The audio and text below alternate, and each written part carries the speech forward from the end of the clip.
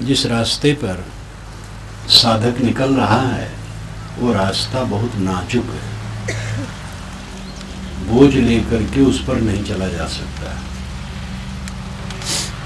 ये अंतर यात्रा है। झूलत झूलत बहु कल्प बीते भूमि परे फुलाए। झूलत झूलत बहु कल्प बीते मन नहीं छाड़े आस। झूलते झूलते बहुत कल्प बीत गए लेकिन मन सूअर बना। सूअर को जब देखो गलियों में जाएगा, गंदगी में मुंह मारेगा। मन सूअर बना। ऐसे कचड़ा और दुख में शरीर में रहते रहते भी उबता नहीं है कि इसमें न रहने की इच्छा हो। देह में रहते रहते तो इतना दुख भोग चुके हो, अब विदेह का आनंद लो। देह में रहते रहते विदेह का अनुभव करो और ऐसा मन बनाओ कि धीरे धीरे विदेह स्थित हो। विदेह तो होना है, बचोगे नहीं कोई। साधु गृहस्थ स्त्री पुरुष कोई बचने वाले नहीं है। कोई बहुत माया मोह फैलावे, हमारे बहुत खेत है, बड़ी बड़ी फैक्ट्रियां हैं, बड़ी दुकानें हैं, बड़े स्वामी हम हैं, बहुत प्रसिद्धि है, बहुत पैसा है, बहुत अनुगामी है। मौत छोड़ेगी? किसी छोड़ नहीं सकती। मुरव्वत नहीं है मौत की तरफ से। विदेह होने हैं लेकिन विदेह होकर के कोई फल नहीं मिलेगा, फिर देह में आना पड़ेगा। देह में रहते रहते जब विदेह हो जाए तब देह में नहीं आना पड़ेगा। और कोई कहे ये पता नहीं है सांच है कि झूठ है, ये भी पक्का नहीं है। अगर ऐसा कोई मानता है तो उसको भी ये समझना चाहिए कि सुख तो चाहते हो, तो सुख तब मिलेगा जब बिल्कुल निर्भय हो जाओ। भय में सुख नहीं है। सारा संसार भयग्रस्त है और निर्भय होने के लिए सब मोह छोड़ना जरूरी है। किसी का भय ना हो तब जीवन ऊंचा है। दूसरा पक्ष है कि आदमी को भय रखना चाहिए। दुराचार में न पड़ जाए, गलत विचार न आवे, गलत वाणी मुख से न निकल जाए, कुसंग में न पड़ जाऊं, गलत व्यवहार न कर डालूं, ये भय रखना चाहिए। बड़े पुरुषों का अदब लिहाज, माता पिता गुरुजन का अदब लिहाज, डर भय, ये कल्याणकारी है। डर करनी डर परम गुरु, डर पारस डर सार, डरत रहे सो उभरे, गाफिल खाई मार। तो ये डर ये भय तो कल्याणकारी है। लेकिन बाकी ये छूट जाएगा, वो मिट जाएगा, ये टूट जाएगा, इसका भय बिल्कुल नहीं। क्या छूट जाएगा? छूटने वाली चीज छूट जाएगी, टूटने वाली चीज टूट जाएगी। रहने वाला तो कुछ है ही नहीं, सब चला जाएगा। ये भी जाएंगे, वो भी जाएंगे, प्रयत्न का हो पूरा हो। देह में रहते रहते जब ऐसा निर्भय मन हो जाए, आप देह छूट जाए। देह धरने से कोई फायदा हुआ? जब से देह धरे हो दुख भोगने के सिवा क्या पाए हो? सोचो। गर्भ में बहुत सकिस्त जगह में पड़े रहे हो, बदहोश, निकले हो तो के टट्टी पेशाब में लिपटा। माँ अगर संभाले ना तो मनुष्य का बच्चा जी नहीं पाएगा। गाय का बछड़ा तो पैदा होकर कूदने लगता है, और आदमी का बच्चा इतना असहाय, टट्टी कर दिया उसमें के कर रहा है। थोड़ा बड़ा हुआ, खेला खाला, बच्चों से भाई पढ़ाई में लगा, तो छोटे बच्चों पढ़ने थोड़े मन लगता है। मुझे याद है, मुझे पढ़ने में मन नहीं लगे तो एक एक बहाना बनाऊं। कभी नाक में दर्द बताऊं, कहीं कुछ बताऊं। एक मौलवी जी यहाँ पढ़ाएं तो मैं कहूँ जब मेरा मन नहीं रहे तो मैं कहूँ कि नाक में दर्द है। अब नाक में दर्द साधारण लोग क्या जान पावे। जब कुछ बड़ा हुआ तब पढ़ने में मन लगा, तो इतना पढ़ने में मन लगा कि पढ़ते हूँ, आज तक पढ़ रहा हूँ, यद्यपि मैं कोई कक्षा नहीं पढ़ा हूँ। लेकिन पढ़ने में इतनी रुचि हुई, थोड़ा सा होश में आया तो मुझे याद है उकेरा पर कोई पर्चा पड़ा हो तो उसको झाड़ के पढ़ लेता था। उकेरा घूर, और पढ़ने की रुचि हो गई। पढ़ने में बच्चे का मन नहीं, खेलने में मन लगता है। और अध्यापक यमदूत लगते, अध्यापक मारेंगे डांटेंगे। तो भूत प्रेत का डर, माँ बाप बता देते हैं भूत प्रेत है, और भूत प्रेत का डर सताने लगता है। ज्यादा पढ़ो लिखो तो पास फेल का चक्कर हरदम दिमाग पर सवार। पढ़ लिए, नौकरी नहीं मिल रही है, ये परेशानी। नौकरी मिल गई तो एक नौकरी जिसको मिली, युवक कहता था साहब सोचा क्या फंस गया यहाँ आकर के। घर में स्वतंत्र था, हमने कहा स्वतंत्र तो थे लेकिन पैसा तो नहीं मिलता था, तो यहाँ पैसा मिल रहा है तो हंसने लगा। संतोष थोड़े होता है, कलेक्टर को संतोष नहीं होता है। एक कलेक्टर, उनकी पत्नी कलेक्टर, हाँ वो स्वयं कलेक्टर और उनकी पत्नी पुलिस अफसर, दोनों मिलने आए। तो मैंने कहा, बातचीत जब होने लगी, वो ज्ञान कुछ पूछे, तो मैंने कहा कि जब पढ़ते थे तब तो बहुत ख्याल रहा होगा कि मैं ये बनूं तो वो बनूं तो क्या आनंद आए, आज तो हो गया कैसे लगता है। तो हंसने लगे, कहे कि महाराज संतोष नहीं है, हरदम असंतोष, हरदम असंतोष, भय, बड़े बड़े अफसरों का, अपने बड़े अफसरों का भय, बड़े नेताओं का भय। नेता लोग आजकल अफसरों को डांटते हैं, और छोटे लोगों का भय, चपरासी का भय, बड़े अफसरों का चपरासी तक का भय होता है, क्योंकि घूस बढ़ा लेते हैं। तो ऐसा ना हो कि चपरासी बता दे। तो भय भय में जिंदगी बीत रही। सब कुछ है, लड़का नहीं हुआ और लड़की भी नहीं हुई, कुछ नहीं हुआ, महासंताप। और लड़की भर हुई, लड़का नहीं हुआ तो बहुत दुख तब है। कितने लोग तो लड़का के लिए 5-5, 6-6 लड़कियां पैदा कर डाले, क्योंकि लड़का की आशा में वो लड़की पैदा करते चले गए। 5-6 लड़कियां हो गई तब भी लड़का नहीं हुआ। और लड़कियां ठीक है, ये उपद्रवी नहीं है, लड़के बड़े उपद्रवी होते हैं, लेकिन सबको मोह है कि लड़का पैदा हो।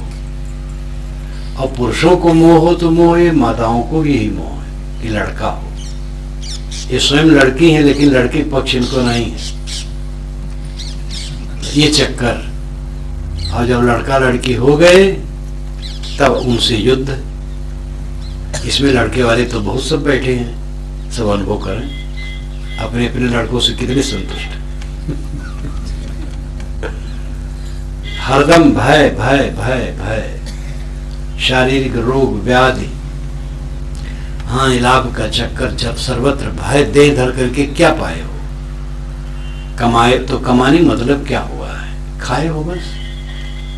खाने के बाद कमाने जो कमा करके रखे हो कुछ ले जाओगे। अंबानी ने मोबाइल का बड़ा प्रचार किया, लेकिन मरते समय एक मोबाइल नहीं ले जा सकते। कमा करके जो धरे हो कुछ हाथ लगेगा, अंत कछू नहीं आया, हाथ कछू नहीं आया। साहब की वाणी एक भजन में अंतिम में, हाथ कछू नहीं आया, कुछ हाथ में नहीं आएगा, सब यहीं कहीं बिखर जाएगा। जीवन भर ठोकरे खाते रहे, धनी निर्धन, अशिक्षित शिक्षित, और सब लोग, सब देहधारी केवल ठोकर खाते, केवल ठोकर खाते। फिर में इसमें क्यों संतोष है? घिनौनी आदत। 100 जूता खाए, तमाशा घुस के देखे। 100 जूता खाते हैं लेकिन तमाशा घुस के देखना चाहते हैं।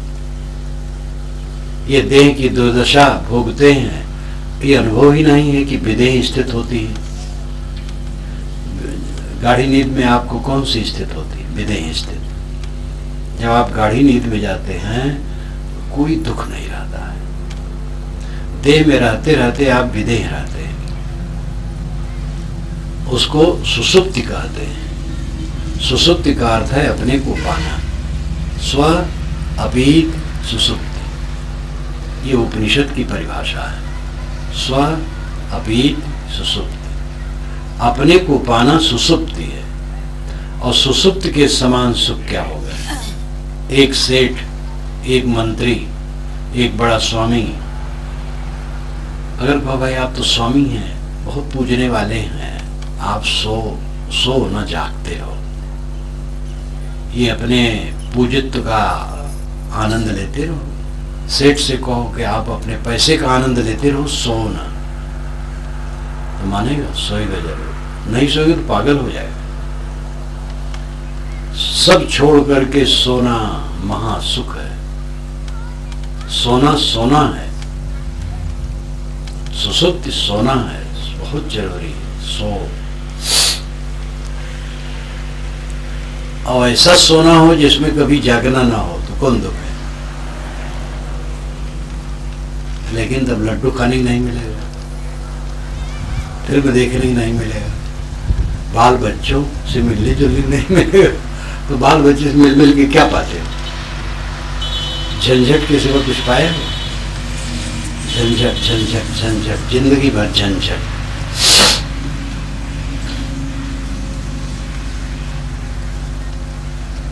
जागो, विदेह सुख लो। देह में रहते रहते बहुत दिन बीत गए और देह की दुर्गत सब सह रहे हो। विदेह का आनंद लो और उसकी वानगी सुसुप्ति है, ज्ञानी अज्ञानी सबके लिए। जैसे एक आदमी के घर में फर्श के नीचे अतुल धन गड़ा हो, वो जानता ना हो, और उसी पर चलता हो, उसी पर सोता हो, उसी पर बैठता हो, लेकिन जानता ना हो। सुसुप्ति अवस्था में इसी प्रकार हम अपने ब्रह्मधाम में पहुंच जाते हैं, आत्मधाम में, सुख सागर में पहुंच जाते हैं, लेकिन जानते नहीं। उसका सुख तो मिल जाता है, जानते नहीं है। सुसुप्ति, स्व अपीति सुसुप्ति, स्व अपीति, ये दो पद मिलकर के सुसुप्ति शब्द बनता है। स्व नाम खुद, सेल्फ, अपीत नाम पाना, खुद को पाना सुसुप्ति है। खुद को पा गया परमानंद है। गाढ़ी नींद में सबको आनंद मिलता है, ज्ञानी अज्ञानी सबको मिलता है। लौकिक दशा में ज्ञानी का अर्थ है जानने वाला, न जानने वाला अज्ञानी। लेकिन आध्यात्मिक स्थिति में ज्ञानी का अर्थ है निर्मोही, अज्ञानी का अर्थ है मोही। आध्यात्मिक क्षेत्र में जान लेना मात्र ज्ञानी नहीं कहा जाता है। जो निर्मोह हो गया वो ज्ञानी है। ज्ञान का व्यवहारिक स्वरूप है निर्मोह हो जाना। ज्ञान क्या है? आपको जो मिला है वो छूट जाएगा, यही तो ज्ञान है। तो छूट जाएगा तो छूटने पहले निर्मोह हुए हो कि नहीं? नहीं निर्मोह हुए हो तो जबरदस्ती छूटेगा और वासना छटकेगी और फिर खींच करके लाएगी। देह में रहते रहते पूर्ण निर्मोह हो जाओ तो कृतार्थ हो जाओ। ज्ञान का व्यवहारिक पक्ष है निर्मोह हो जाना। तो ज्ञानी और अज्ञानी, मोही और निर्मोही, दोनों गाढ़ी नींद में परमानंद में रहते हैं, बराबर सुख। सुसुप्त के समान कोई सुख नहीं, लेकिन जागते जागते जो सुसुप्त हो उसके समान सुख सुसुप्ति का भी नहीं। ध्यान दीजिए, जो जागते जागते सुसुप्त है, सुसुप्त है, स्व अपीत है, अपने को प्राप्त है, आत्मलीन है, खाता है, बोलता है, हंसता है, काम धाम भी करता है, लेकिन स्व अपीत है, सुसुप्त है, आत्मलीन है, उसका सुख अनंत है। क्योंकि सुसुप्ति का सुख समाप्त हो जाता है जागते ही, और जागते ही क्लेश आ जाता है, क्योंकि अज्ञान मिटा नहीं है। गाढ़ी नींद में तो कोई क्लेश नहीं था, जैसे जागे तैसे दुर्दशा शुरू हुई। और ये मत समझो गरीब झोपड़ियों में दुर्दशा है, महलों में सब जगह दुर्दशा है। मन तो सबके पास है, और जितने व्यक्तिगत परिस्थितियों से आप जुड़ेंगे उतना उलझन का कारण बनेगा, उतना चित्त परेशान होगा, अशांत होगा, पीड़ित होगा। जितना राग होगा, जितनी आसक्ति होगी, उतना मन उद्वेगित होगा। नींद खुली और कलेश शुरू। गोस्वामी जी का एक दोहा है, जीव शिव सम सुख सैन सपने कछ करतूति, जागृत दीन मलिन सोई विकल विषाद विभूति। जीव शिव सम सुख सैन, जीव जब सुख से सोता है तो शिव के समान है। शिव का अर्थ है मंगलमय, कल्याणमय। प्रपंचोपशम शांतम शिवम। जब प्रपंच से उपशम हो जाता है, शांत हो जाता है, ये शिवत्व की दशा है। तो जीव शिव सम सुख शयन, सुख पूर्वक जब सोता है तो जीव शिव है। लेकिन जागृत दीन मलिन से विकल विषाद विभूति। जीव शिव सम सुख शयन सपने कछ करतूति। ध्यान दीजिए, जीव जब सोता है तो शिव के समान, गाढ़ी नींद में शिव के समान दुखहीन है, और जब सपने में जाता है तब कुछ करतूत करता है, आभास में तैरता है। और जब जाग जाता है तब विकल विषाद विभूति। मनुष्यों के पास किसकी विभूति है? विभूति नाम वैभव, ऐश्वर्य। किस चीज का ऐश्वर्य है? दुख का ऐश्वर्य है। दुख का ऐश्वर्य लिए जीव हरदम घूमता है। चिंता, उद्वेग, कलह, वैमनस, राग, द्वेष, प्रतिक्रिया, रिएक्शन रिएक्शन रिएक्शन, मनोविकार लेकर के निरंतर घूमता है। मनुष्य के पास दुख का ऐश्वर्य है, विकल विषाद विभूति। विषाद की विभूति, दुख का ऐश्वर्य जीव के साथ है। गाढ़ी नींद में वो छूट गया था, जैसे नींद खुली तैसे दुख सब सारा सामने हो गया। जो जागते जागते विषाद मुक्त है, आत्मलीन है, आत्मरत है, आत्मसंतुष्ट है, कितना आनंद है उसको। आपको विदेह मोक्ष में विश्वास न हो, आत्मा में भी विश्वास न हो, पता नहीं पुनर्जन्म होता है कि नहीं होता है, आत्मा अमर है कि नहीं है, विदेह मोक्ष होता है कि नहीं होता है, इस प्रकार अगर संदेह भी हो तो भी सुख तो आप चाहते हैं और कमाते हैं। क्यों कमाते हैं? जब कुछ रहने वाला नहीं तो क्यों कमाते हैं? कि जीवन भर सुखी रहेंगे। तो जीवन भर सुखी रहने के लिए आप रात दिन कमा रहे हैं, तो जीवन भर सुखी रहने के लिए अगर आध्यात्मिक साधना करें तो क्या नुकसान है?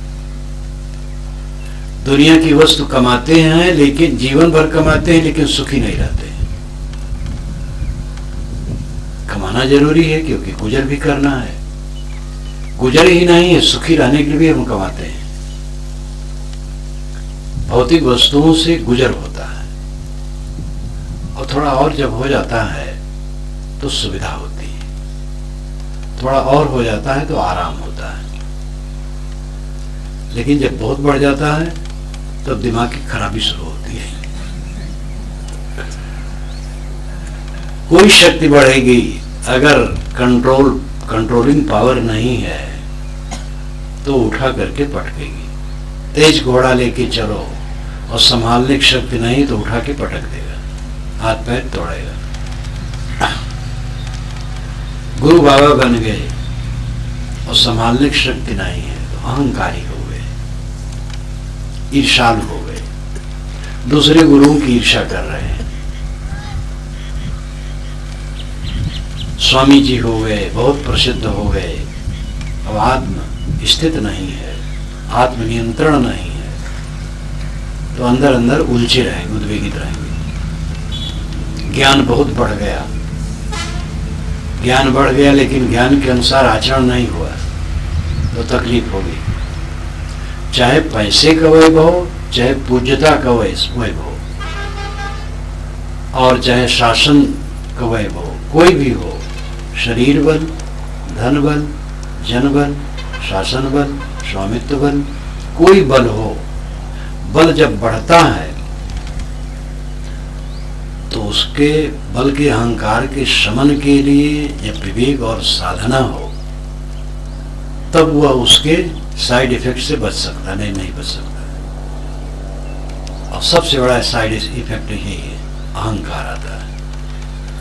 जो चीज अपनी नहीं है उसमें अपने को हम जोड़ देते हैं।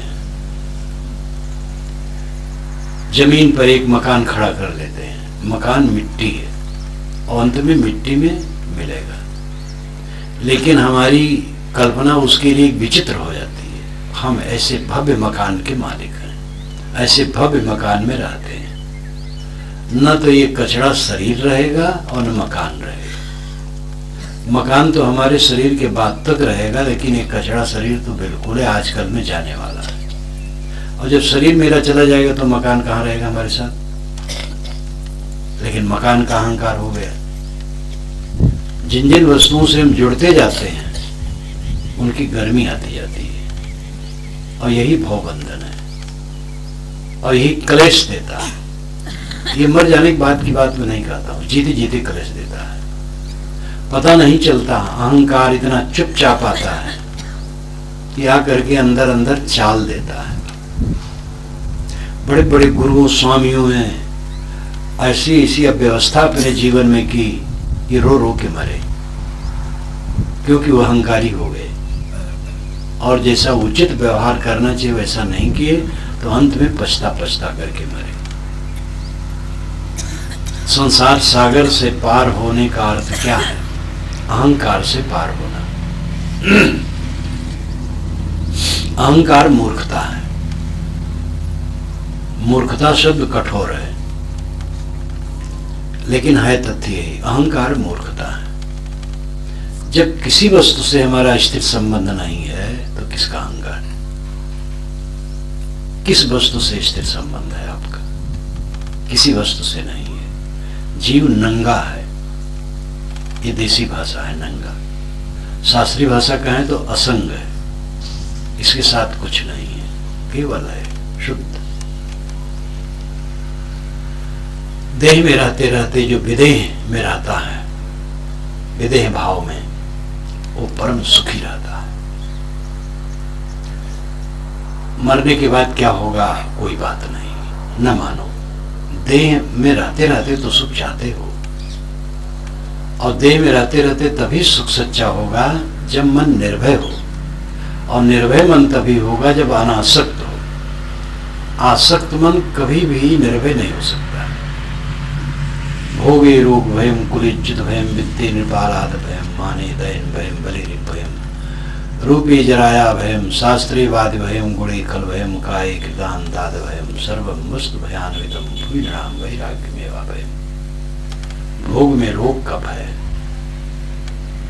भोगे रोग भयम कुलिज्जित भयम, कुल में पतन का भय। कुल परिवार बढ़ गया तो पता नहीं किसका पैर कहाँ खिसक जाए। वित्ते निर्पालाद भयम, धन बढ़ा तो राजा और चोर का डर। आज तो इनकम टैक्स और सेल टैक्स का कानूनी फंदा डाल करके सरकार नोचती है। नोचना मैं इसलिए कहता हूँ कि हमारे यहाँ इनकम टैक्स बहुत ज्यादा लादते हैं, और इससे कम लादें तो वो चोरी भी कम करें। तो पहले तो ये इनकम टैक्स सेल टैक्स कानून फानून कुछ नहीं, जहां राजकाज रहा बस बुलाए सेठों को, इतना रुपए लाओ। अभी भारत में जब जमींदारी टूटी है तब तक की बात, मेरे जीवन काल की बात मैं कहता हूँ, जमींदारी नहीं टूटी थी, भारत आजाद नहीं हुआ था। मेरी उम्र कम थी लेकिन सुनता था, जानता था। एक इलाकेदार 300 कोस में उनका इलाका था, और जब उनको पैसे की जरूरत लगे तो उनके बड़े बड़े किसान रहे, 20-20 हल जिनके चले, 30-30 हल चले, ऐसे किसान रहे। तो अपना शराब पी ले, शराब की हालत में तब बुलावे, वो बैठा हुए और पकड़ ले सिर, कान पकड़ ले, दाढ़ी पकड़ ले और कहीं इतना रुपये लाओ, और बेचारा उतना रुपया लावे। 2 दिन के बाद शराब की हालत में जब नहीं रहे तब बुलावें। तो कहें तुमको मैंने डांटा था, शराब की हालत में था, ध्यान न देना। बड़े विचित्र रहे, उनकी अपनी विशेषता रहे, जहां रहे पेटी रहे, नौकर पेटी लेके बैठा रहे। कोई ब्राह्मण और साधु आए तो पेटी में हाथ डालें और उसको कुछ दे दें। जब वे बाग में घूमे तो नौकर पेटी साथ में लिए रहे। अगर वहां कोई ब्राह्मण या साधु आ जाए तो पेटी में हाथ डाल के उसको कुछ दान कर दे। दान भी करते थे। और उनको कोई कानून के आधार पर अपने लोगों से रियायत से पैसा लेने की बात नहीं थी। जो लगान वसूलते थे वो तो कानूनन वसूलते थे, ऊपर से जब जो चाहे ले लें। आज तो कानून के तहत करते हैं। तो हर समय वित्त निर्पाल आदि भयम, वित्त में निर्पाल आदि का भय सब समय रहा। धन है तो राजा चोर डाकू ये सब का डर। वित्त निर्पाल आदि माने दैन भयम, अहंकारी आदमी को दीनता का डर लगा रहता है। माने दैन बलिर भयम, बलवान को दुश्मनों का डर लगा रहता है। जितने बलवान हैं वे पर्दे के अंदर, घर के अंदर सोते, बाहर नहीं सोते। बलिर भयम रूपी जराया भयम, सुंदरता में बुढ़ापा का डर लगा रहता है। कमल के समान आंखें लेकिन बुढ़ापा में धंस जाती। दांत उखड़ गए, मुंह हो गया पक्षी का खोल, पक्षी का जो घोंसला होता वैसा। सूखी खटाई की तरह, भुने भाटा की तरह चेहरा हो गया। रूपी जराया भयम, शास्त्रेवादि भयम, शास्त्रार्थ में हार जाने का डर लगा रहता है। काय कृतांताद भयम, काया में तो काल का डर सब समय लगा ही है। सर्वम वस्तु भयान्वितम, संसार की समस्त वस्तुएं भय से भरी हैं। भूनाम वैराग्य में भयम, इस संसार में वैराग्य ही निर्भय पद है।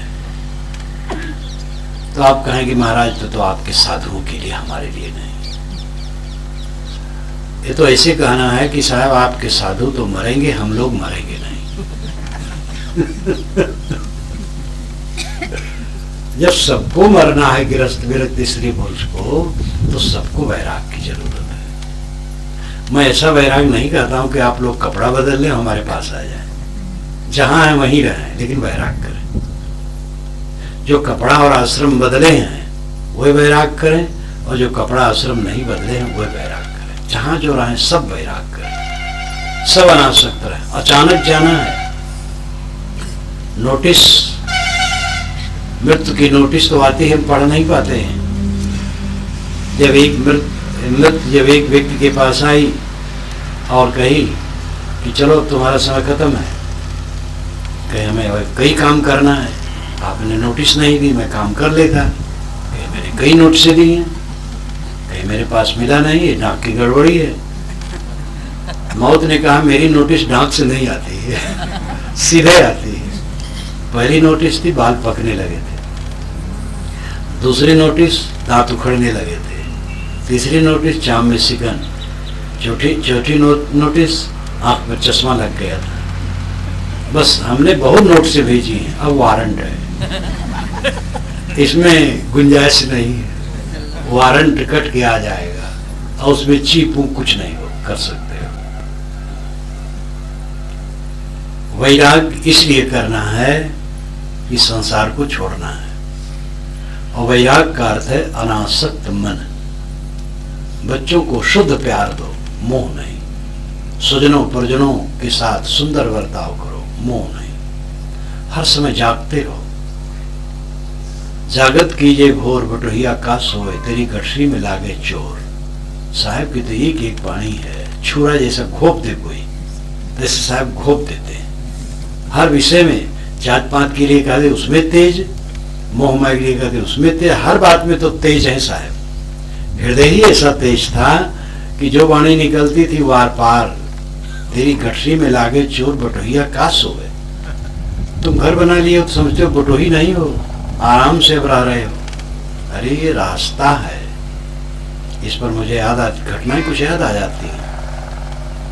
इलाहाबाद में एक बार 3 दिन का कार्यक्रम एक सज्जन लिए, तो शाम शाम को जाना पड़ता था। उधर संगम की तरफ उनका घर था। तो भिन्न भिन्न लोग गाड़ी लेके आते थे कि साहब और लोग सभी चाहते हैं कि हम गाड़ी सेवा करें, हम गाड़ी सेवा करें। तो दूसरे दिन एक सज्जन अपनी गाड़ी लेके आए, मैं बैठा, वो भी बैठे। कहे महाराज ये बहुत बढ़िया हुआ कि आपका अस्थाई आश्रम बन गया। जब आए आश्रम देखे विस्तृत, तो महाराज ये बड़ा अच्छा हुआ, आपका अस्थाई आश्रम बन गया। मैंने कहा मेरा अस्थाई आश्रम तो ये है ही नहीं। मेरा अस्थाई आश्रम तो ऐसा है कि जो कभी छूटने वाला नहीं। वो समझ नहीं पाए, तो थोड़ा थोड़ा समझाता गया। तब कहे महाराज ऐसा तो आज तक ध्यान ही नहीं दिया। अस्थाई आश्रम कहाँ बन गया? सब अस्थाई जिसको हम मानते हैं सब अस्थाई नहीं है, सब क्षणिक है, सब हम बटोही हैं। उठ के चल देना अचानक, सब समय अनासक्त रहो, काम करो, काम करना पड़ेगा। जो चीज श्रेणी में है परिश्रमी हो, आलसी न हो, परिश्रम करो और अनासक्त रहो। क्योंकि सुख चाहते हो, जितनी मात्रा में आसक्ति करोगे उतनी मात्रा में दुख पाओगे, पक्का समझ लो। ये गणित है, इसको कोई भगवान भवानी काट नहीं पाएंगे, गुरु महाराज भी नहीं काट पाएंगे। गुरु महाराज रास्ता बताते, इतने चारा है। कुछ लोग सोचते हैं गुरु को अर्पित हो जाओ कुल कर देंगे। अर्पित तो होना जरूरी, हर जगह अर्पण की आवश्यकता है। समर्पण के बिना कोई काम सफल नहीं होता। पति पत्नी विवाह होता है, अगर एक दोनों दूसरे को समर्पित नहीं है तो गृहस्थी अच्छी नहीं चलेगी। और समर्पित का अर्थ है उज्र न होना, शिकायत न होना, कोई शिकायत नहीं। समर्पण में शिकायत कहाँ रहती है? समर्पित है। अब ये देवियां ये शिकायत करें कि ये गहना नहीं मिला, हमारी सहेलियों को इतना इतना बढ़िया बढ़िया गहना मिला और तुम कैसे हो, तुम्हारी कमाई में अटता नहीं है। हमारे माँ बाप हमारा मूड काट करके कुएं में डाल गए, पता नहीं क्या क्या कहने लग जाती हैं देवियां। ये समर्पण है। पति धन है, कुछ नहीं चाहिए, पति धन है। और पत्नी धन है पति के लिए, पत्नी से भी कुछ नहीं चाहिए, पत्नी धन है। जब दोनों दोनों को धन दिखाई दें तो दोनों प्रेम से रहेंगे। और जहां धन पर उनका मन गया तो न वह पति है न पत्नी, स्वार्थी है, दोनों टकराते रहेंगे। एक दुकान हम करते हैं, समर्पित होके करें। मिट्टी की दुकान समर्पित होके करो तो सोने की दुकान बन जाएगी। और सोने की दुकान बिना समर्पण के करो लापरवाही से तो मिट्टी बन जाएगी। हर जगह समर्पण की आवश्यकता है। हिस्सेदारी में व्यापार चलता है। समझदार व्यापारी एक दूसरे को समर्पित होते हैं, भाई भाई की तरह रहते हैं, अविश्वास नहीं करते, पूर्ण विश्वास, तो उनका व्यवसाय बढ़िया चलता है।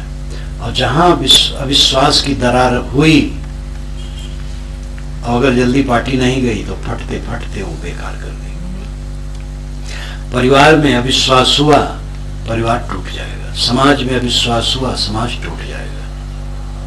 ये समर्पण की कमी है। समर्पण की आवश्यकता हर जगह, लोक में, परलोक के काम में, गृहस्थी में, विरक्ति में, हर जगह समर्पण की आवश्यकता है। कल्याण, जीवन का कल्याण सबसे उच्च काम है। कल्याण का अर्थ है सब समय आनंदमय रहना। शरीर अभी है, अभी छूट जाए कोई परवाह नहीं, यही छूटे, मेरा क्या जाता, कूड़ा कचरा मिट जाएगा, बस दुख जो उठाता हूं छूट जाएगा, तो क्या चिंता है। शरीर छूटेगा तो इसका मतलब है एक टोकरी गंदगी का मलबा छूट जाएगा। सोचो, हर बात पर सोचो, ये कोई अनुमान कल्पना की बात नहीं की जा रही। सड़क पर एक्सीडेंट हो जाए किसी का, रौंद करके पहिया चला जाए उसके शरीर पर पूरा, तो आपको कुदारी से खुरच करके उसका मलबा इकट्ठा करना पड़ेगा। कुछ हड्डी का पुंज है, और मांस है, रक्त है, नसें हैं, चाम है, टट्टी पेशाब की थैलियां अंदर में लटकी हैं, यही सब है। तो ये छूट जाएगा, तुम्हारा क्या नुकसान होगा? और अच्छा हुआ, झंझट छूटे। लेकिन तब जब अनात्म भाव में जिएंगे तो ये बोध नहीं होगा। आत्म भाव में जब रहेंगे, मैं शुद्ध चेतन हूं, मैं आत्मा हूं, देह नहीं हूं, मैं नहीं तन हूं, ज्ञान कहाई, कहें राम सुनो लक्ष्मण भाई। राम कहते हैं लक्ष्मण भाई सुनो, मैं नहीं तन हूं, मैं तन नहीं हूं, मैं तो शुद्ध आत्मा हूं। ये ज्ञान कहलाता है। इस आत्म भाव में जो जीता है वो निर्भय होता है। शरीर छूटे, मेरा छूटना क्या है? छोड़ दिया पहले सब, छोड़ देने वाले के लिए क्या छूटे? अवध क्षेत्र में कहावत कहते, नंगा नाचे फाटे काव। नंगा नाचे फाटे काव। काव नाम क्या? क्या फटेगा? कोई कपड़ा पहन के नाचता है तो कपड़ा फट सकता है, नंगा है तो क्या फटेगा? जितना माने रहोगे बस छूटने का संकट लगा रहेगा। कुछ मेरा नहीं है, कोई मेरा नहीं है, ऐसा दृढ़ निश्चय जिसको है तो छूटने भय कहां? और जब भय नहीं तो दुख कहां? आप कहेंगे अगर ऐसी भावना होगी तो आदमी काम नहीं कर पाएगा। ये आपके अनुभवहीनता का लक्षण है। आप ऐसा साधन में नहीं रहे हैं, इसलिए आपका अनुभव नहीं है। जितने कृतार्थ आत्मा पुरुष हुए हैं जीवन भर काम किए। उदाहरण ले लो कबीर साहब का ही, 119 वर्ष 7 महीने 25 दिन रह करके शरीर छोड़े और चलते रहे, और काशी से मगहर पहुंचे उस 119 वर्ष की उम्र में। क्या वो ट्रेन थी कि वो टिकट कटा के बैठ गए थे? पैदल गए होंगे या तो बहुत हुआ होगा बैलगाड़ी से गए होंगे, और काफी दूर है। चलते चलते साहब वहां मगहर पहुंचे। वो भी अंधविश्वास तोड़ने के लिए वहां गए कि काशी में मरने से मुक्ति होती, मगहर में मरने से गधा। चलो मैं मगहर में मरता हूं, कौन गधा मुझे बनाता है? इतना शक्तिशाली विवेकवान पुरुष महावीर स्वामी। चलते चलते, राजपुरुष थे महावीर स्वामी, विरक्त हुए, चलते चलते बिहार के पावा गांव में मरे। उपदेश देते रहे, हर जगह चलते रहे। पावा गांव में मरे। पावा गांव में 2 बार गया हूं। वहां एक कबीर आश्रम भी है जिसमें 7 आंगन है, और वहां के महंत का ये नियम है कि जो महंत हुआ वो बस मकाने के अंदर रहे, वही 7 आंगन में बाहर नहीं जाएगा, लाश बाहर जाएगी। तो उसमें भी गया। महात्मा बुद्ध राजपुरुष थे लेकिन विरक्त हुए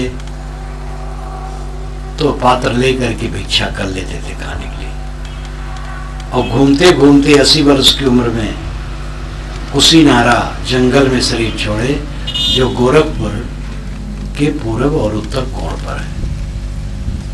जितने स्वामी शंकराचार्य 32 वर्ष की उम्र में हिमालय की तरफ जाके शरीर छोड़े। वो महापुरुष इतना तेजवान, विद्वान, प्रतिभा का धनी, जिसने एक हिंदू समाज में एक युग परिवर्तन कर दिया है, युग का एक परिवर्तन कर दिया है। और उनके विचार कुछ कमजोर हैं जात पात को लेकर के, लेकिन उतने उनमें तो नहीं है, और बहुत अच्छाइयां हैं। शंकराचार्य क्या कहते हैं, मेरी पुस्तक आप पढ़िए, पूरा अध्यात्म सार है। और महापुरुष पूरे भारत में घूमा, 4 मठ स्थापित किया, और जाकर के हिमालय की तरफ शरीर छोड़ा। जितने संत हुए हैं ये सब कितना काम किए। जो निर्मोह हो जाएगा, काम नहीं करेगा, ये महाभ्रम है। जो निर्मोह हो जाएगा वो बहुत स्वस्थ काम करेगा। मोह से तो मन विकृत रहता है, और विकृत से आदमी साहसीन होता है। निर्मोह मन एकदम बढ़िया मस्त, जो काम करेगा बढ़िया करेगा। श्री कृष्ण महाराज की बंसी जीवन भर बजती रही। वो बचपन में बंसी बजाए होंगे उतने नहीं, जीवन भर बंसी बजती रही। जब पूरा यादवों का विनाश हो गया तो उन्होंने अर्जुन के लिए संदेश भेज दिया हस्तिनापुर, यहाँ समुद्र काट रहा है और रहने लायक नहीं है, और जितने पुरुष जवान थे करीब करीब मार डाले गए, आपस में कट के मर गए, बूढ़े बच्चे स्त्रियां बची हैं। तो अर्जुन आए और अर्जुन के आने के पहले वे जंगल में चले गए, ध्यान में बैठ गए। इतना परिवार के विनाश के समय में वो ध्यान में बैठे, ये उनकी बंसी बजना है। किसी समय व्याकुल नहीं। श्री कृष्ण के जीवन में देखो तो कभी व्याकुल नहीं, सब समय दृढ़। जितना अनासक्त होंगे उतना आप दुनिया का काम बढ़िया कर सकेंगे, और जितना आसक्त होंगे उतने पीड़ित होंगे। फिर जब पीड़ित होंगे, किसी कोई मर जाता है तो उसी में घुल घुल के मुहिम मर रहे हैं, तो जो जीवित है उनकी सेवा ही नहीं होती है। मर जाए कोई और रोने से जी जाए तो अच्छा है, रोया जाए। एक घर में जब मैं पहुंचा, उसका पति मर गया था, एक देवी थी, उम्र तो उसकी 55 की आई होगी, बहुत समझदार। तो रोने लगी, रोना शुरू करना चाहिए। तो मैंने कहा देखो भावुक न बनो, अगर रोने से वो लौट आए तो मैं भी रोऊंगा। तो मुस्कुरा दी। रोने से कोई लौट आता है? बेकार में भावुक होकर के रोना। और थोड़ा आंसू गिर गया, जब गिर गया अब उसको लेकर के रात दिन हाय मोर बपवा, हाय मेर दैया, हाय मेरे बचवा, बेकार में। जो गया सो गया, जो जीवित है उसकी सेवा करो। और जब अपने को कमजोर बना लोगे तो जीवित की सेवा नहीं कर पाओगे। एक तो अपना दुखी रहोगे और सेवा भी नहीं कर पाओगे। इसलिए दृढ़ बनो, और ये दृढ़ता तभी आएगी जब वैराग्य होगा। और वैराग से आप लोग बहुत भड़कते हैं और सोचते इसीलिए साहिब पास जाना भी कम ठीक है, कौन जाने, कहीं चलो हमारे साथ। मेरे पास तो जाते हैं, उनको मैं लौटाता हूं भाई घर जाओ। तो जब जो रहने चाहते हो रहते हैं, तो डरो मत, वैराग से घबराओ मत। वैराग अमृत है, जो जहां है सब वैराग करें। वैराग अनासक्ति, निर्मोहता, निर्मोहता में जियो, क्योंकि प्रकृति का यही स्वर है। प्रकृति क्या करती है? सारी निर्मित वस्तुओं को निरंतर बदलती है और अंत में समाप्त करके अपने में लीन कर लेती है। इस प्रकृति का सहयोग हमें करना चाहिए। इसी को कोई लोग भगवान कहते हैं कि भगवान सब बनाते हैं और फिर समेट लेते हैं। भगवान कहा करके फिर समाधान नहीं होता है। भगवान करता है तो भगवान इस प्रकार दुख क्यों देता है, उसका समाधान हो ही नहीं सकता है। लेकिन प्रकृति पुरुष के विवेक में समाधान है। निर्माण प्रकृति का काम है, जड़ तत्वों का काम है। उससे वस्तुएं निर्मित होती हैं, परिवर्तित होती हैं और विलीन हो जाती हैं। जीव अपने कर्म संस्कारानुसार सुख दुख पाता है, इसलिए उसके जो सुख दुख है उसके अपने कर्मों के फल हैं, उसमें किसी दूसरे का दोष नहीं है। प्रकृति का नियम है परिवर्तन, तो हमें प्रकृति का सहयोग करना चाहिए। और विरोध करेंगे तो क्लेश होगा और परिणाम कुछ नहीं होगा। सबके बाल पकते हैं, सबके दांत उखड़ते हैं, सबके चाम में सिकन आती है, सब बूढ़े होते हैं। एक ने कहा महाराज राम कृष्ण तो जवान थे, उनका चित्र जो आता है उसमें दाढ़ी मूछ भी नहीं, बड़ा सुंदर सुंदर। हमके भाई ये तो भगवान बनाने के लिए ऐसा करना पड़ता है। तथागत बुद्ध और महावीर को भी भगवान बनाया गया, उनको भी सदैव जवान चित्रित किया जाता है। अब कबीर पंथ में भी कबीर साहब को भगवान बनाया गया है, तो उनकी दाढ़ी मूछ हटा दी गई है और जवान 30 वर्ष का जवान चित्रित किया गया है, और वहां यही चित्रित किया जाएगा। तो भगवान बनाने के लिए ऐसा करना पड़ता है, लेकिन तथ्य में ये नहीं है। महाराज राम भी बूढ़े हुए, श्री कृष्ण भी बूढ़े हुए, सब प्रकृति का विधान सब पर बराबर है। इस प्रकृति के परिवर्तन का हमें सहयोगी होना चाहिए। जो होता है होता है और चाहिए, तीन बातें ध्यान दीजिए। है, होता है, चाहिए। है नित्य, होता है भवितव्य, चाहिए कि कोई सीमा नहीं। चाहिए, चाहना, इच्छा, इच्छा में आदमी जलता है। निर्धन जलता है, धनी जलता है। सामान्य जलते हैं, बड़े कहलाने वाले जलते हैं। विवेक जिसके होगा वही इस आग से बच सकता है। तो चाहिए कोई सीमा नहीं है। कटोरा भरने के पहले भरना बंद कर दो, लाओ त्से ने कहा। एक पुस्तक नई आने वाली है कुछ महीने में, ताओ ते चिंग। ये चीन के लाओ त्से नाम के संत थे आज से 2500 वर्ष पूर्व, और उसकी व्याख्या करके कंपोज में दिया गया है, कुछ महीने में आएगा, ताओ ते चिंग। बहुत बढ़िया पुस्तक है, कबीली भाषा है, पूरी कबीली भाषा है, चीनी भाषा में वो ग्रंथ है, और इंग्लिश अनुवाद हुआ है। उसी इंग्लिश के आधार पर मैंने भाष्य किया है। तो उन्होंने कहा है कि कटोरा छलकने के पहले भरना बंद कर दो। बड़ी बात है, आपकी उन्नति हुई, अब उन्नति के पीछे दिमाग इतना शैतान हुआ कि उन्नति उन्नति उन्नति उन्नति करते करते अपना पतन कर लिया। धन के पीछे करते करते न साधना में बैठने फुर्सत है, न शांति फुर्सत है, न सत्संग में जाने फुर्सत है, और एकदम चरखा हो गए और वहां बाएं करके मर गए, जहां तहां सब रह गए। तो उन्नति के चक्कर में पड़ करके अपना आध्यात्मिक पतन कर दिया गया। कटोरा भरने के छलकने के पहले भरना बंद कर दो। काम करो और हट जाओ, बताओ ना कि मैंने किया है, हट जाओ, मौन रहो, शांत रहो। हर जगह वैराग की जरूरत है, अनासक्ति की जरूरत है। वैराग परम सुख है, अनासक्ति वैराग्य है, अनासक्ति। जहां जो है स्त्री पुरुष गृहस्थ विरक्त, सबको अपने मन में वैराग्य लाना चाहिए, क्योंकि जो कुछ हमारे पास है वो सब का सब छूटना है, और इसको जो हरदम हृदय से छोड़े रहता है वो कमल की तरह खिला रहता है। क्लेश है ही नहीं है, मेरा कुछ छूटना ही नहीं है, पहले छोड़े बैठा है, तो अब छूटना क्या रह गया। ऐसा आदमी आनंद कंद है, परमानंद में परम सुखी है।